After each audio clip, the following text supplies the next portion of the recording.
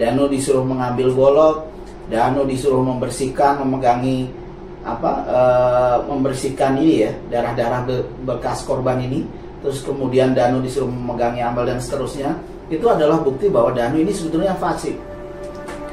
Dia pasif, dia bukan pelaku aktif. Saya bagian dari kantor ATS Law Firm yang kebetulan mendapat amanah untuk mendampingi saudara Ramdhanu dalam kasus amanah itu. Terus kemudian kita jalankan, dan sampai saat ini kita sudah mendampingi ketiga kuasa tersebut gitu untuk proses penegakan hukum kasus pembunuhan Subang ini. Nah, untuk saya sendiri, saya dalam kantor ATS Law Firm ini sebagai managing partner begitu yang mengelola kantor ini begitu, mendapat amanah dari Bapak Ahmad Taufan Sudirjo untuk mengelola kantor ini bagaimana supaya berjalan sesuai layaknya kantor hukum yang ada di Indonesia ini.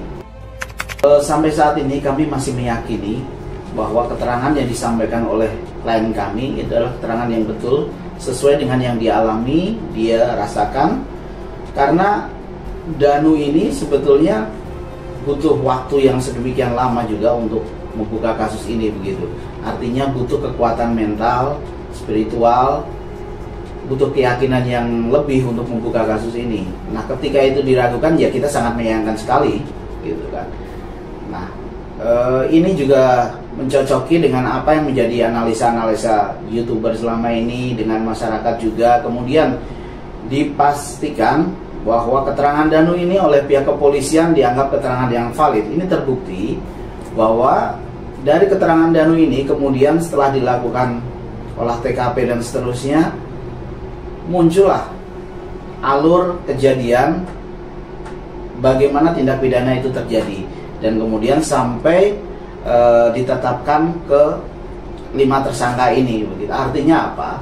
Bahwa keterangan Danu ini sudah mencocoki atau bersesuaian dengan bukti-bukti yang dimiliki oleh pihak kepolisian untuk menetapkan seorang sebagai tersangka.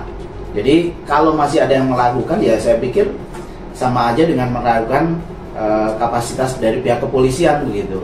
Karena kepolisian menjalankan tugasnya sesuai dengan amanah undang-undang, dan saya melihatnya sampai saat ini kami melihatnya tidak ada hal yang salah begitu. Artinya sesuai dengan koridor, on the track begitu. Undang-undang memberikan hak kepada setiap warga negara jika haknya dilanggar itu mengajukan langkah hukum. Nah, untuk konteks ini adalah tindakan yang dilakukan oleh kepolisian yang kira-kira dirasa melanggar dari prosedur yang berlaku begitu, dan memang punya hak mereka jika mereka tidak berkenan begitu ya, haknya dilanggar itu ya silahkan mengajukan pra peradilan begitu.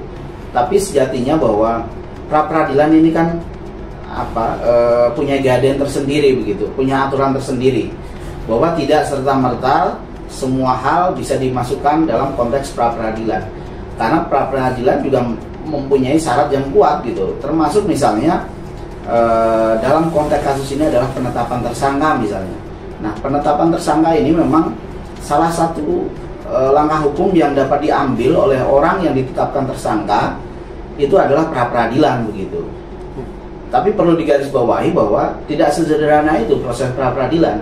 Artinya bahwa memang harus ada prosedur yang jelas dilanggar oleh penyelidik atau penyidik ketika menetapkan seorang tersangka gitu. Nah, kami merasa dan kami melihat bahwa prosedur atau proses yang dilakukan oleh kepolisian dalam menetapkan seorang sebagai tersangka untuk saat ini sudah sesuai begitu menurut kami. Jadi silahkan saja jika merasa nih pihak Yosep CS atau kuasa hukumnya merasa bahwa penetapan tersangka ini tidak sesuai dengan prosedur, ya silahkan aja diajukan pra peradilan gitu. Dan kami meyakini bahwa polisi sudah melaksanakan kewajibannya sesuai dengan prosedur yang ditentukan oleh undang-undang. Ya, perlu kami perjelas, kami klarifikasi bahwa dari awal sudah kita jelaskan secara gamblang bahwa posisi Danu ini adalah orang yang memang disuruh oleh Bapak Yosep ini begitu.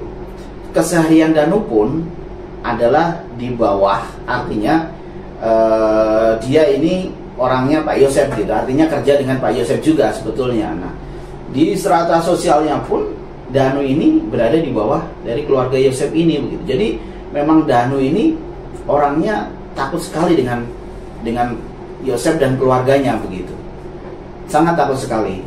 Nurut, patuh, taat lah dengan Yosef dan keluarga ini. Nah, ketika si Yosef CSI ini memerintahkan Danu untuk melakukan tindakan A, B, C, dan D seterusnya itu, ya Danu tidak ada kuasa untuk menolak sebetulnya, karena dalam prarekonstruksi yang kemarin kita lihat ya, misalnya Danu dipanggil, terus kemudian Danu datang ke mana, Pecel Lele begitu, terus Danu dicurhatin, terus Danu diinstruksikan untuk apa, untuk menjaga ketika datang sampai rumah TKP ya, rumah korban ini. Danu disuruh nunggu di luar selama 2 jam, terus kemudian Danu dilarang masuk sebelum ada instruksi. Danu disuruh mengambil golok, Danu disuruh membersihkan, memegangi apa, membersihkan ini ya, darah-darah bekas korban ini. Terus kemudian Danu disuruh memegangi amal dan seterusnya. Itu adalah bukti bahwa Danu ini sebetulnya pasif.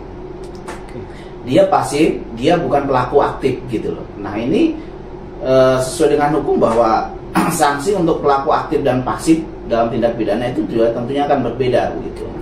Danu memang dalam posisi disuruh dan ketakutan pada saat itu. Artinya begini, Danu ini berada di bawah tekanan, tidak ada kuasa untuk melawan. Dia dalam tekanan karena di situ kan ada beberapa orang yang secara struktur tubuh itu lebih kuat, lebih besar begitu, umur lebih tua, dan mereka juga membawa senjata begitu ya.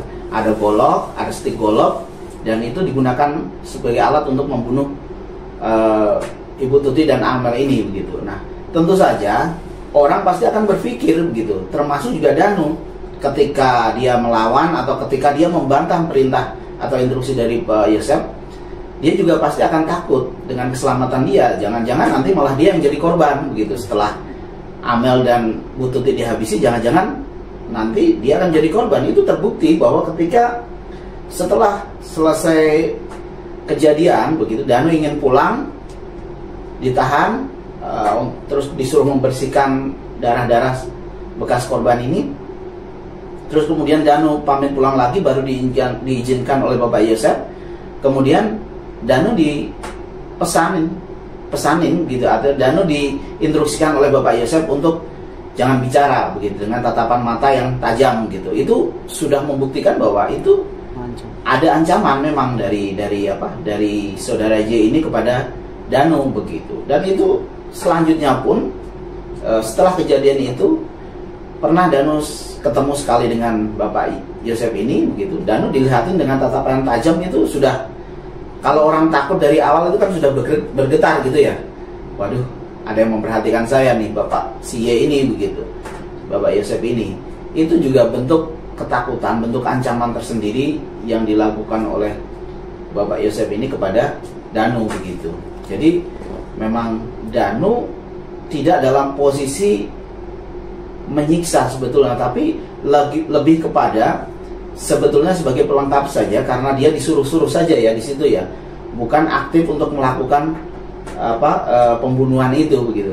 Karena itu tadi dia tidak ada pilihan lain untuk menolak, apalagi melawan. Saya kira sangat jelas sekali bahwa dia punya posisi untuk mendapatkan JC begitu. Karena Danu ini syarat mendapatkan JC itu kan menurut Undang-Undang Perlindungan Saksi dan Korban itu adalah, salah satunya adalah dia kooperatif, mau membuka kasus begitu, dia bukan pelaku utama begitu. Nah, Danu ini dia sangat kooperatif sekali terhadap proses pengungkapan kasus pembunuhan ini. Nah, kedua, Danu ini bukan pelaku utama, tapi bisa dikatakan turut serta atau membantu begitu ya, pasal 55 atau 56 KUHP. Nah, ini menunjukkan bahwa memang posisi Danu itu hanya sebatas mendapat orang yang mendapat instruksi atau arahan, bukan orang yang menginstruksikan atau orang yang mengarahkan. Nah, orang yang menginstruksikan atau mengarahkan ini masuk kategori sebagai pelaku utama begitu. Nah, Danu ini bukan dalam posisi itu. Danu ini hanya membantu terjadinya tindak pidana itu. Jadi menurut kami sudah sepatutnya dan selayaknya Danu ini mendapat JC di kasus ini begitu. JC ini kan memang ada kajian-kajian khusus ya, kajian khusus dan simultan yang dilakukan oleh pihak LPSK untuk menganalisa bahwa apakah orang ini berhak atau tidak mendapatkan JC gitu. Tapi untuk sampai saat ini yang menurut info yang kami dapat progresnya positif gitu, positif sekali, artinya bahwa dan kemarin pun sebetulnya Danu sudah mendapatkan psikolog dari LPSK gitu untuk merecovery psikologinya yang sudah sekian lama ini mungkin agak beda ya dengan awal ketika belum terjadi tindak pidana ini begitu ya. Nah, terus kemudian juga Danu juga sudah kita lihat juga sudah dalam posisi yang fresh, ceria begitu. Jadi kami berkeyakinan bahwa LPSK ini akan